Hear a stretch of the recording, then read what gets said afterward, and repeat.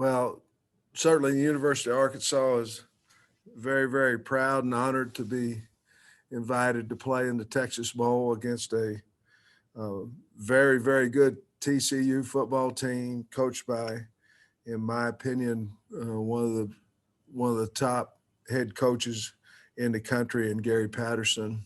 Um, his team plays extremely, extremely hard. Obviously, we've tried to get a head start on watching film on them, and they're so well coached. They play extremely hard. I've had an opportunity to um, play TCU a couple times. One when I was at Northern Illinois several years back, and just recently, most recently in the Liberty Bowl when we were at Georgia, and it's exactly what you think. They're going to run around and hit you, and they're going to be well coached. They're a physical football team, but at the same time, we're excited to be able to go down to Houston and play in this game. E. Murphy. Hey, Sam. Gary was just saying that he's known you for a long time. I wonder what your relationship has been like, and what you think of him. Well, I think he's a wonderful person, a heck of a football coach. You can see by the way his players play for him and for that staff they have. I've known different guys that I coached with that coach with Coach Patterson, several. And Coach Patterson, a Pittsburgh State guy and Kansas man. And so that's where, we started. And then we knew we both know several different guys in the business. And then so I don't communicate with Coach Patterson, on a monthly or basis or anything of that nature, but I do run into him some in recruiting and have an opportunity to visit with him. And I think there's certainly a mutual respect between he and I, and goes as far back as Kansas. I have another, but I'll circle back around after some others. Thanks. Andrew Hutchinson. Yes, Sam. Coach Patterson was talking about Sam Carter being a kind of a coach in his secondary when he played for him. I mean, what was Sam's reaction to this game, and do you think it's kind of a cool event for him to get to play his alma mater? Well, I would imagine it was. I'd certainly be lying to you if I talked to Sam about it, or for that matter, any of the other coaches yet about playing TCU. We found out we did. The guys came in about 35 minutes ago, and they're breaking down TCU tape. We'd already started that process, but they're in their meetings and putting a game plan together. So we have not had a staff meeting yet. We'll a little bit later tonight. I'm sure he's excited. Sam Khan. Hey, Sam, I know it's different these days, but I'm curious if playing a bowl game in Texas has any tangible benefits for your program from a recruiting standpoint. Well, I think so. I think, you take the Hog brand down there, and I think Arkansas is well received in Houston and for that matter in the state of Texas. Obviously you can help yourself more in recruiting if you win the game, and so certainly we'll put all our efforts into doing that. We know how good TCU is, and we know it'd take a great effort by us, but we're certainly going to try to get our program back on the map. And how you do that is go to bowl games and ultimately win the game. Yeah, on that note, I guess how valuable is, your program getting to go to a bowl game in your first year? I think it's real valuable. We'll always have folks that say, well, we were 3-7 and things of that nature. But, if you look at our schedule and you look, obviously we played 10 SEC games and certainly played, I think, maybe 4 of the top 9 teams in the country, and let alone with the other guys. I feel like we've, if nothing else, because of our schedule, we've earned a bowl situation, but our guys are, like I say, I think it's a big deal. And to be honest with you, I believe we've earned it. And so we'll see what happens. Thanks. Dorian Kraft. Hey, Coach. Kind of to that point, I was just wondering what getting this bowl bid does for you guys in terms of validation and what you've done in your first year. I know you weren't there for the struggles, but obviously Arkansas have been down over the last couple years. And with the schedule that you guys had, people kind of wrote you off before the season started. So just the validation that this gives to the program and what you're building in Fayetteville. Well, I'm happy for the kids. You know, we've only have 2 or 3 kids that didn't play in the last bowl here, but they, you know, got to go on the trip. So I think there was 2, maybe 3 guys in there. So I think it's exciting for our players that they get a reward for at least the 3 wins that we had. And if we had a regular season, would we have won 6 games? I don't know. I'm arguing that we would have. And so I think that to go to that, a fine Texas Bowl, we went when I was here at Arkansas before, and we played University of Texas. And it was such a great bowl, great venue. And so we're really excited to go back down there and be a part of that bowl once again. Drew Davison. Yes, Coach. Kind of going back to Sam Carter, just when you were putting together your staff, kind of what stood out to you about his coaching background and why you wanted to add him? Well, first of all, Barry Odom recommended him, and Barry knew him well, obviously, because he'd been over there with him. And then Sam's just mature, honestly, beyond his age.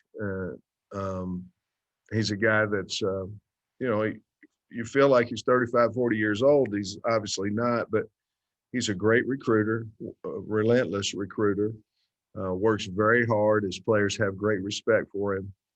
But in the interviewing process, I knew I was getting a guy that if he could recruit, because, you know, obviously he hadn't really done much of that as far as on the road and things like that. I knew I had something special with him. And then it turns out he's one of the best recruiters we have on our staff. Otis Kirk. Coach Pittman, how many practices have you guys had since then, you know, before this announcement? And then about how many more can you get in before the bowl game? And then how beneficial are those practices to you? God dang, Otis. The first one was I went Bob Holt on you, man. the first one we've had 2 practices. We had finals, obviously, so we didn't schedule a practice until the last final, which was for almost the entire team was Thursday by 12:15. So we had a practice on Thursday, one on Friday. Next week we'll practice tomorrow. We'll practice Tuesday. We'll practice Wednesday, and then we'll come back on Sunday and take our COVID test, and then we'll practice Monday, Tuesday, Wednesday, the walk on Thursday. So we'll get 9 practices in, and I forget the third part of the question.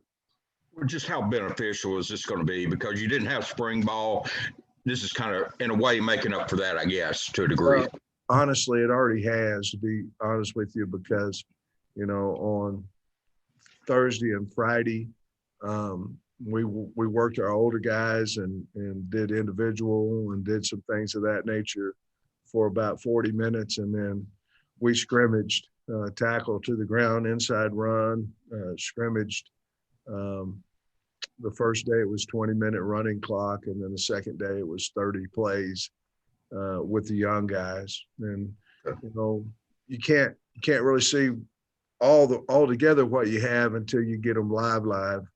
And if you're not able, because you know we haven't been in games where we're able to get the younger kids in the game this year, that was really beneficial for us the last 2 days. Thanks, Scott. E. Murphy. Sam, if I'm reading Twitter properly, I think you've had a couple of coaches become dads in the last week. I wonder if they've had a minute to spend time with their family. And also, is it your intention to bring back the 10-member staff intact at this point?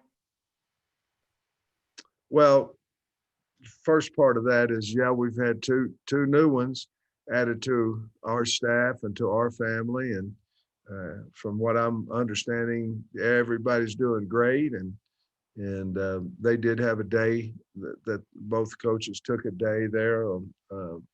Certainly, with it not being during the season, obviously they could have done it anyway, but not being, we didn't have a game on Saturday. It kind of came at a convenient time as well. And, they Cooper and Step, their babies were born on the same day. I thought that was kind of cool.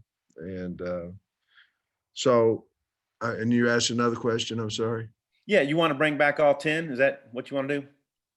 Oh, we always have a talk at the end of the year. We'll have a talk at the end of the year and visit about that. But certainly, I'm ecstatic about our staff and very proud of our staff, and we'll have a visit at the end of when the bowl's over with. But the plans are to bring everybody back.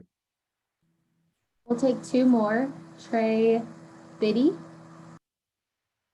Hey, Coach, I was just curious about your thoughts now that the regular season is over, just with all the stuff with COVID and being able to successfully navigate and actually play a 10-game schedule. Really proud of that. Trey, the only problem, we kind of limped into the end of the year a little bit, I felt like. We had a few close games that we couldn't close out that maybe earlier in the year we might have. I don't know that, but I'm really glad that we were able to get this schedule in. I'm glad we played it. You got hit early with Georgia and Florida, and then the two neutral games were no longer neutral anymore. You had to go to College Station, you had to go to Columbia, and then the COVID and all that. With all that said, to be where we're at and be invited to the Texas Bowl at this point with a healthy football team, I'm just really proud of everybody involved, the way that we got through the 10 games. Last question for Trey S. Yeah, Coach, I was wondering if you could comment on the fact that you're going to play the last game of 2020, that physical calendar year of 2020. And then also, what was the reaction from the players when they found out it was Houston in the Texas Bowl? Well, the only reactions that I've seen are just a few of them on Twitter. We haven't had they're off today. And so, we did not have a Zoom team meeting or anything of that nature. There was certainly a thought that went through our mind, but we didn't know exactly when we could release it, and so I didn't want the players sitting there waiting for 30, 40, 50 minutes. The other thing is that being the last game, it could be it's going to be pretty cool, there might be a lot of people in the second half. It might be blurry to them and all that kind of stuff, but it should be, I remember watching the game. It's the last game. You're going to have a large audience. It's going to be kind of neat. That's it.